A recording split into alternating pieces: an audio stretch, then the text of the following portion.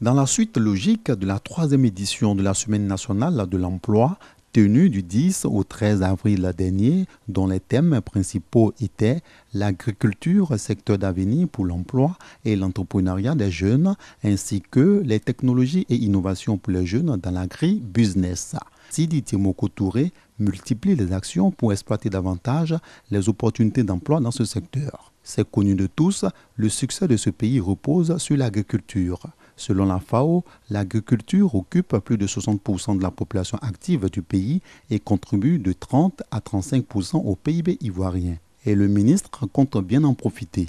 Ici en Tanzanie, précisément à Dar es Salaam, le ministre de la Promotion de la Jeunesse, de l'Emploi des Jeunes et du Service civique a cherché à comprendre le modèle d'intégration des jeunes dans le secteur agricole.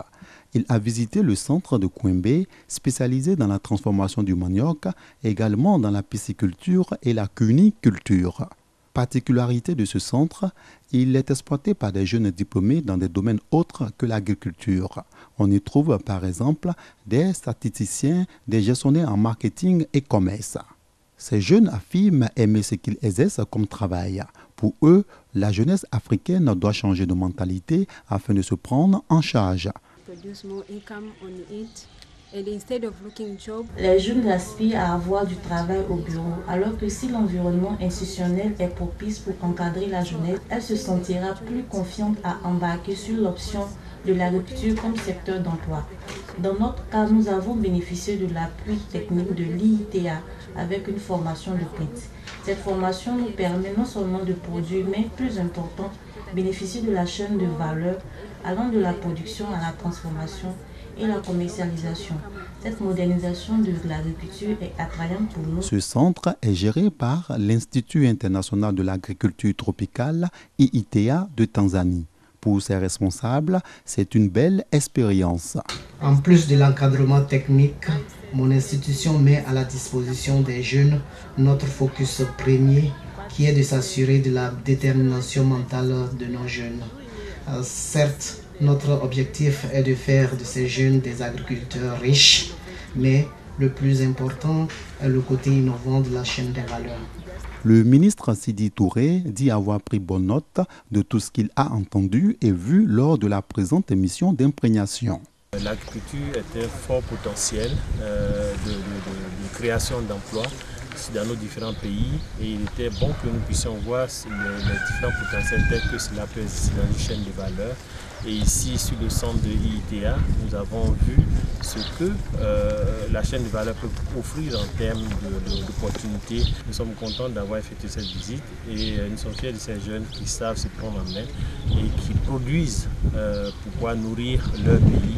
Donc nos jeunes Ivoiriens produisent pour pouvoir nourrir la Côte d'Ivoire. Avant cette visite de Kwembe, le ministre ivoirien et son conseil technique se sont fait expliquer le mode de fonctionnement de l'IITA de Tanzanie. C'est un centre de recherche et d'innovation et d'encadrement agricole.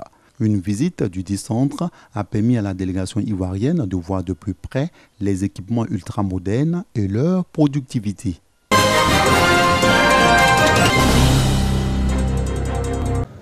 105 pages. Une peinture de la société Lobi à travers le yolombo, instrument de musique pratiqué lors des funérailles, dans sa quête de connaître son milieu d'origine. Et ainsi, musicologue, chercheur, va se demander comment le yolombo, instrument joué lors des funérailles, peut constituer une source de connaissance de la culture Lobi. Pour cet auteur, il faut défaire cet instrument des fonctions ludiques qu'on lui attribue.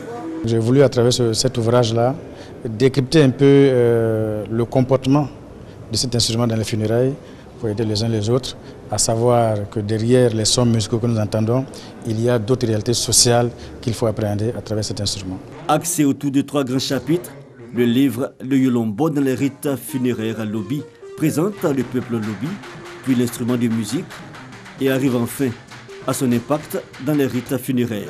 Un regard endogène sur le Yolombo par l'auteur qui veut plonger le lecteur dans la culture Lobi, peuple du nord-est de la Côte d'Ivoire, un peuple un peu connu. C'est ce genre de travaux-là qui vont aider la culture, l'instrument à survivre, à être sauvegardé. Ces livres-là, même si tu n'es pas Lobi, tu peux t'y intéresser parce qu'après il fait un pont entre la société traditionnelle Lobi et le monde, l'universel. Voilà, donc c'est un livre à conseiller. Un livre à ajouter à la liste des documents patrimoniaux de la Bibliothèque nationale selon la directrice de l'Institut.